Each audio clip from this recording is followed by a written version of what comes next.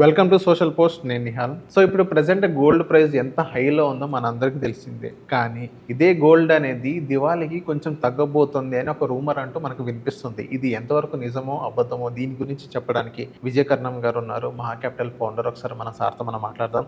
Hello sir, welcome to social post. Hello అండి, thank you. Sir, ఇప్పుడు దివాళీకి gold అనేది తగ్గబోతుంది అని కొంతమంది చెప్తున్నారు. ఇది ఎంతవరకు నిజం అంటారు? సో ఇది వేగ్గా తగ్గుతుంది పెరుగుతుంది అనేది చెప్పడం కంటే నేను మీకు డేటా పాయింట్స్ చెప్తాను. దాని ప్రకారం మీరు అనలైజ్ చేయండి, అది పెరుగుతుందా తగ్గుతుందా అనేది. ఒక 3 months బ్యాక్ ఇట్లాగనే ఒక రూమర్ వచ్చింది, గోల్డ్ 50,000కి పడిపోతుంది అని చెప్పేసి ఒక రూమర్ వచ్చింది. ఇప్పుడు దాని ప్రైస్ ఎలా ఉందో అందరికీ తెలిసిందే. అది ఫస్ట్ థింగ్. సెకండ్ థింగ్ వచ్చేసి 2012 నుంచి 2018 ఒక డేటా పాయింట్. మీరు గోల్డ్ ప్రైసెస్ ఒకసారి క్రాస్ చెక్ చేసుకోండి నెట్లో. 2012, 2008 నుంచి 2018 వరకు గోల్డ్ ప్రైసెస్ ఎలా ఉందో ఒకసారి క్రాస్ చెక్ చేసుకోండి. సెకండ్ డేటా పాయింట్ వచ్చేసి 1995 నుంచి 1996 ఆ పీరియడ్లో 1990sలో కూడా ఒకసారి డేటా పాయింట్ క్రాస్ చెక్ చేసుకోండి. మీరు అప్పుడు క్రాస్ చెక్ చేసుకుంటే మీకు తెలిసింది ఏంటంటే నెట్ రిటర్న్స్ జీరో ఉన్నాయి గోల్డ్లో. నెట్ రిటర్న్స్ అనేవి జీరో ఉన్నాయి, అంటే ప్రైస్ పెరగలేదు. అసలు పెరిగినప్పుడు మాత్రమే సెలబ్రేట్ చేసుకోవడం కాదు, పెరిగి అక్కడ ఆగిపోయినా మనం జాగ్రత్తగా ఉండాలి, అక్కడ నుంచి పడిపోయినా కూడా మనం జాగ్రత్తగా ఉండాలి.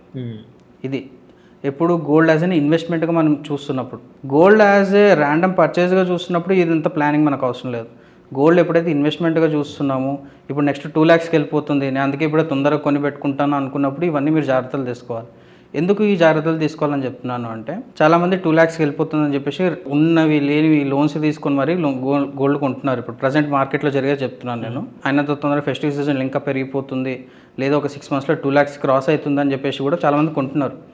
మీరు ఎట్లా ప్లాన్ చేసుకొని ఉండాలి అంటే, 2 lakhs క్రాస్ అయినా క్రాస్ కాకపోయినా నెక్స్ట్ 5 years వరకు నాకు గోల్డ్ నుంచి ఎటువంటి రిక్వైర్మెంట్స్ లేదు, నేను గోల్డ్లో ఈరోజు ఇన్వెస్ట్ చేసింది 5 years తర్వాత దానికోసమే తప్పితే ఈ ఇన్ బిట్వీన్ నాకేం అవసరం లేదు అనుకుంటేనే గోల్డ్లో ఇన్వెస్ట్ చేయండి. ఎందుకు ఈ మాట చెప్తున్నాను అంటే, ఎప్పుడైనా సరే గోల్డ్ కానీ, స్టాక్ మార్కెట్ కానీ, సిల్వర్ కానీ ఇవన్నీ ఇంటర్లింక్డ్ ఉంటాయి. ఒక ప్రైస్ పెరుగుతుంటే ఇంకో ప్రైస్ తగ్గుతుంటుంది. ఎందుకు అంటే గోల్డ్ యాజ్ ఏ హెడ్జింగ్గా యూజ్ చేస్తుండే. మన హిస్టరీ తీసి చూసుకుంటే హెడ్జింగ్ అంటే ఒక సింపుల్ ఎగ్జాంపుల్ చెప్తాను. మనది ఏ ఇన్వెస్టర్ దగ్గర అయినా సరే, అంటే ప్రపంచం మొత్తంలో పెద్ద పెద్ద హెడ్జ్ ఫండ్ కంపెనీస్ అంటాం, మన దగ్గర మ్యూచువల్ ఫండ్స్ అంటాం కదా, మ్యూచువల్ ఫండ్స్ కంటే చాలా పెద్ద హెడ్జ్ ఫండ్స్ కంపెనీస్. అక్కడ టాప్ మోస్ట్ రిచెస్ట్ పర్సన్స్ వాళ్ళ క్యాపిటల్ అక్కడ మేనేజ్ చేస్తారనమాట.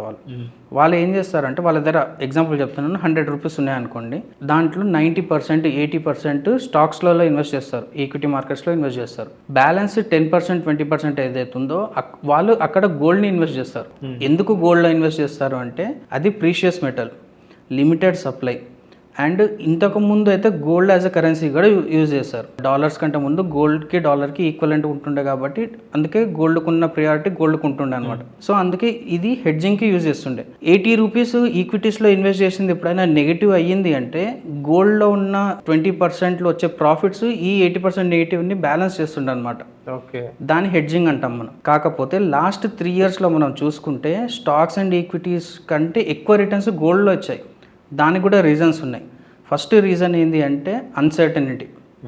అంటే మనకి వరల్డ్ వైడ్గా చూసుకుంటే కంట్రీస్ మధ్యలో అన్సర్టనిటీ చాలా పెరిగిపోయింది. ఒక టైంలో ఇండియా పాకిస్తాన్, ఒక టైంలో ఇండియా చైనా, ఒక టైంలో America India, at the same time Iran Israel, ఇట్లా డిఫరెంట్ కంట్రీస్ మధ్యలో ఉన్న అన్సర్టనిటీ వల్ల స్టాక్ మార్కెట్స్లో వచ్చే రిటర్న్స్ అన్అట్రాక్టివ్గా ఉండే ఇన్వెస్టర్స్కి. ఇన్వెస్టర్స్ ఎప్పుడైనా సరే, అంటే హెడ్జ్ ఫండ్ కంపెనీ ఇన్వెస్టర్స్ ఎవరైతే పెద్ద పెద్ద క్యాపిటల్ మేనేజ్ చేస్తారో వాళ్ళు క్యాపిటల్ని ఖాళీగా ఎప్పుడు ఉంచుకోరు. మనం సేవింగ్స్ అకౌంట్స్లో పెట్టుకున్నట్లు ఎప్పుడు పెట్టుకోరు. వాళ్ళు ఎక్కడైనా సరే వాళ్ళ క్యాపిటల్ వర్క్ అవుతూ ఉండాలి end of the day. So వారు వర్క్ కావాలంటే వాళ్ళు ఏం చేయాలి? సరే, స్టాక్ మార్కెట్లో వర్క్ అవ్వట్లేదు, నెక్స్ట్ ఎక్కడ పెట్టాలి? గోల్డ్లో. అందుకే హెవీ బయింగ్ గోల్డ్లో అయ్యింది. అది ఫస్ట్ రీజన్. సెకండ్ రీజన్ వచ్చేసి, కంట్రీస్ అన్నీ కలిసి డాలర్కి అగేన్స్ట్గా గోల్డ్ రిజర్వ్స్ని పెంచుకుంటున్నాయి. అవును. సో అది one of the major factor geopolitical సిచ్యువేషన్స్లో మనం చూసుకుంటే. Either it might be India కానీ, చైనా కానీ, లేకపోతే రష్యా కానీ, ఇంకో టర్కీ లాంటి కంట్రీస్ అయినా సరే, చిన్న కంట్రీస్ అయినా సరే, వాళ్ళు ఎందుకు రిజర్వ్స్ పెంచుకుంటున్నారు అంటే, ఎండ్ ఆఫ్ ద డే డాలర్ని వీక్ చేసి గోల్డ్ని ఎక్కువ యాజ్ అ కరెన్సీగా ఆల్టర్నేటివ్ ఇన్వెస్ట్మెంట్గా తీసుకురావడానికి ట్రై చేస్తున్నారు. సో ఇది ఒక డిమాండ్ అనమాట. థర్డ్ డిమాండ్ ఏంటి అంటే, ఇండియాలో రెగ్యులర్గా ఎప్పుడు ఫెస్టివ్ సీజన్స్లో ఉండే డిమాండ్ ఖచ్చితంగా ఉంటుంది. ఆన్ టాప్ ఆఫ్ దట్ చైనాలో కావాలని సెంట్రల్ బ్యాంక్స్ ఇంకా ఎక్కువ కొంటున్నారు రెగ్యులర్ డిమాండ్ కంటే. సో ఇట్లాంటి మెనీ ఫ్యాక్టర్స్ ఒకటేసారి వచ్చేసరికి లాస్ట్ 3 yearsలో అగ్రెసివ్ బయింగ్ అనేది జరిగింది. మీరు చూసుకుంటే చైనా సెంట్రల్ బ్యాంక్స్ 2021 నుంచి ఒక్క మంత్ కూడా వదిలిపెట్టకుండా ప్రతి మంత్ గోల్డ్ కొంటుంది in tons, not in small quantity. So ఈ ఫ్యాక్టర్స్ వల్ల గోల్డ్ ప్రైస్ పెరుగుతుంది. సో ఇది పెరిగిన ప్రైస్ 2 lakhs వరకు వెళ్తుందా, మన దివాళీ సీజన్ తర్వాత ఆగిపోతుందా అంటే అది ఎవరు చెప్పలేరు. First thing. సెకండ్ థింగ్, తగ్గినా ఎక్కువ తగ్గదు అని కూడా అంటున్నారు. దానికైతే స్ట్రాంగ్ పాయింట్ ఉంది. ఎందుకు అంటే ఇప్పుడు తీసుకెళ్ళి దీన్ని హెడ్జింగ్గా యూజ్ చేసినా కానీ, డీడాలరైజేషన్కి యూజ్ చేసినా కానీ అది ఉన్న క్యాపిటల్ని ప్రొటెక్ట్ చేయడానికి యూజ్ చేస్తున్నారు ఇప్పటి వరకు. కానీ ఎక్కువ మ్యాసివ్ డ్రాప్ అయితే ఉండదు. అది ఫస్ట్ థింగ్. సెకండ్ థింగ్ వచ్చేసి గోల్డ్కి ఆల్టర్నేటివ్గా ఇన్వెస్ట్ చేయాలని చెప్పేసి సిల్వర్లో ఇన్వెస్ట్ చేస్తున్నారు చాలామంది. అవును. సో సిల్వర్లో కూడా అగ్రెసివ్ బయింగ్ అయితే జరుగుతుంది. ఇప్పుడు ప్రజెంట్ ఈ రోజు సిచ్యువేషన్ చూసుకుంటే సిల్వర్ అనేది షార్టేజ్లో ఉంది. ఓకే. వరల్డ్ వైడ్గా చూసుకుంటే ఎందుకు షార్టేజ్లో ఉందంటే అగ్రెసివ్ బయింగ్ అయింది, ప్రైస్ చాలా హైక్కి వెళ్ళిపోయింది. అది ఫస్ట్ థింగ్. సెకండ్ థింగ్ వచ్చేసి సిల్వర్ అనేది మనం యాజ్ అ ప్రీషియస్ మెటల్గా చూసినా సరే ఇండస్ట్రియల్ యూసేజ్ చాలా పెరిగింది. ఎర్లియర్ ఉన్నదానికంటే ఇప్పుడు ఇండస్ట్రియల్ యూసేజ్ చాలా పెరిగింది. Other it might be in hightech equipments అయినా సరే, సోలార్ ప్యానల్స్లో అయినా సరే, లేకపోతే ఆటోమొబైల్ ఇండస్ట్రీలో అయినా సరే. సో ఈ కన్సంప్షన్స్ పెరగడం వల్ల సిల్వర్ అనేది చాలా పెరిగింది. సో ఇప్పుడు అందరు కన్ఫ్యూజన్ ఏంది, గోల్డ్లో కంటే సిల్వర్లో ఎక్కువ రిటర్న్స్ వస్తుందని చెప్పి సిల్వర్లో ఎక్కువ ఇన్వెస్ట్ చేస్తున్నారు. కానీ అందరూ అర్థం చేసుకోవాల్సింది ఏంటి అంటే 1970లో ప్లస్ 1991లో అండ్ 2011లో సిల్వర్ 71% డ్రాప్ అయింది. 1990sలో అయితే 91% డ్రాప్ అయింది. అంటే ₹1,00,000 ఉన్న సిల్వర్ 70,000 అయిపోయింది ఆ టైంలో. కంపారిజన్గా చెప్తున్నాను. అంటే అక్కడ అప్పుడు అంత కన్సంప్షన్ లేదనుకోవచ్చా?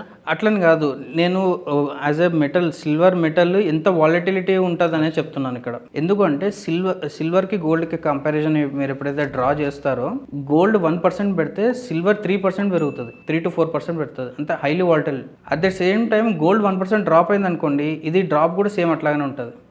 సో ఇప్పుడు సపోజ్ గోల్డ్ మనకి 1,00,000 నుంచి 1,20,000, 1,30,000, 1,50,000 వెళ్తుంది అనుకుంటున్నాం కదా, సిల్వర్ కూడా అట్లాగే పెరుగుతుంది. ఇప్పుడు ఆల్రెడీ 1,40,000 ఉంది అనుకుందాం ఈరోజు. సో ఇప్పుడు పెరుగుతున్నప్పుడు ఇంత ఎక్కువ రిటర్న్స్ కనిపిస్తున్నాయి కదా, పడ్డప్పుడు కూడా డ్రాస్టికల్గా అంతే తొందరగా పడుతుంది అనమాట. అంటే ఇప్పుడు 1,40,000 అని చెప్పుకున్నాం. అవును. 1,40,000 నుంచి ఎంత పడవచ్చు అని అంటారు? అదే అండి ఎగ్జాంపుల్. అంటే హిస్టరీ చూసుకున్నట్లయితే ఇప్పుడు కరెక్షన్ వచ్చినప్పుడు 10%, 20% మనకి స్టాక్ మార్కెట్లో వచ్చినప్పుడు ఈ ప్రీషియస్ మెటల్స్లో కూడా మనకి కరెక్షన్ వస్తుంది. అవును.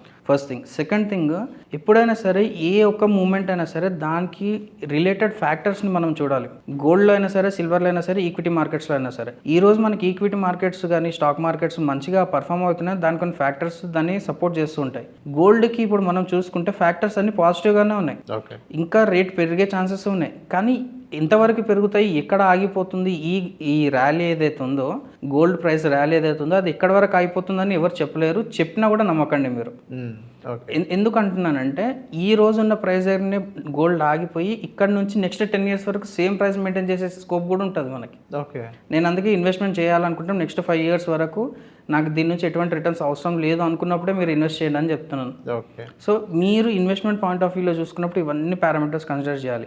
లేదు నేను ఇన్వెస్ట్మెంట్ కాదు, జస్ట్ ఇంట్లో హౌస్ హోల్డ్ పర్పస్కి జస్ట్ జ్యువెలరీ లాగా కావాలి అనుకుంటే మీరు తీసేసుకోవచ్చు. సార్ ఇప్పుడు గోల్డ్ మీద జ్యువెలరీ కాకుండా ఇలా ఇన్వెస్ట్మెంట్ పర్పస్ అంటే నెక్స్ట్ 5 years ఏ రిటర్న్స్ వద్దు అని అనుకున్నాను. అదే నెక్స్ట్ 5 years తర్వాత ఎంతో కొంత పెరిగే ఛాన్స్ ఉంటుంది. ఛాన్స్ ఉన్న తర్వాత మనం విత్డ్రా చేసుకోవచ్చు ఎంతో కొంత మనీ, అంటే మంత్లీ ఒక ఇన్కమ్ లాగా. మంత్లీ ఇన్కమ్ గోల్డ్ నుంచి కష్టం అండి. మనకు వచ్చేది ఓన్లీ లోన్స్ మాత్రమే. గోల్డ్ నుంచి మనకు వచ్చేది లోన్స్ మాత్రమే, నెక్స్ట్ సెల్ చేయడం అంతే. ఓకే. అక్కడ మంత్లీ ఇన్కమ్ ప్రాబ్లం ఉండదు. ఇక్కడ మనకి మెయిన్ రిస్క్ అదే అనమాట. ప్రీషియస్ మెటల్లో మనకు వచ్చే రిస్క్ అదే. దాన్ని లిక్విడేట్ చేయలేం. లిక్విడేట్ అంటే మనం అయినంత తొందరగా దాన్ని ఇన్కాష్ చేసుకోలేం. ఓకే. ఇప్పుడు మీరు తీసుకున్నప్పుడు గోల్డ్ రేట్ వేరే ఉంటుంది, ఈరోజు గోల్డ్ రేట్ వేరే ఉంటుంది, అండ్ ఈరోజు తీసుకొని మీరు దాన్ని సెల్ చేయాలంటే కూడా దాని ప్రైస్ పడిపోతూ ఉంటుంది. సో ఇంకొక క్లాసిక్ ఎగ్జాంపుల్ అందరికీ తెలిసింది ఏంటంటే, స్టోన్స్ మనం పెట్టి తీసుకుంటాము, గోల్డ్ ప్రైస్కే తీసుకుంటాము, కానీ సెల్ చేస్తున్నప్పుడు స్టోన్ ప్రైస్ మనకు ఇంక్లూడ్ చేయం, దాంట్లో తీసేస్తారు. అక్కడ లాస్ ఉంటుంది, వేస్టేజ్ లాస్ ఉంటుంది, ఇదంతా ఉంటుంది. సో మీరు మెంటల్గా ప్రిపేర్ అయ్యి యాజ్ ఎ జ్యువెలరీగా కావాలి నాకు, యాజ్ ఎ ఇన్వెస్ట్మెంట్గా కాదు అంటే జ్యువెలరీగా తీసుకోవచ్చు, కానీ జ్యువెలరీ కొని ఇన్వెస్ట్మెంట్ అనే మాత్రం అనకండి. ఓకే. చాలామంది ఇదే చెప్తారు, నేను 10 lakhs జ్యువెలరీ కొన్నాను, ఇన్వెస్ట్మెంట్కి పనికొస్తుంది. జ్యువెలరీ అనేది ఇన్వెస్ట్మెంట్ కాదు. జ్యువెలరీ అనేది ఇప్పుడు తీసుకోవాలంటే ప్లెయిన్ తీసుకోవాలి ఏదన్నా. ఎగ్జాక్ట్లీ. అంటే మీరు యాజ్ ఎన్ ఇన్వెస్ట్మెంట్గా తీసుకోవాలనుకుంటే ఐదర్ కాయిన్స్ రూపంలోనే తీసుకోవాలి, లేకపోతే బిస్కెట్స్ రూపంలో తీసుకోవాలి, లేకపోతే డిజిటల్ గోల్డ్ అనేది తీసుకోవచ్చు. గోల్డ్ ఈటీఎఫ్స్లో ఇన్వెస్ట్ చేయొచ్చు, లేకపోతే గోల్డ్ బాండ్స్లో ఇన్వెస్ట్ చేయొచ్చు. ఇట్లా నెంబర్ ఆఫ్ ఆప్షన్స్ ఉన్నాయి. కానీ జ్యువెలరీ గోల్డ్ తీసుకొని ఇన్వెస్ట్మెంట్ అని మాత్రం అనకండి. Okay. So thank you sir మా సోషల్ వచ్చినందుకు. థ్యాంక్ యూ అండి.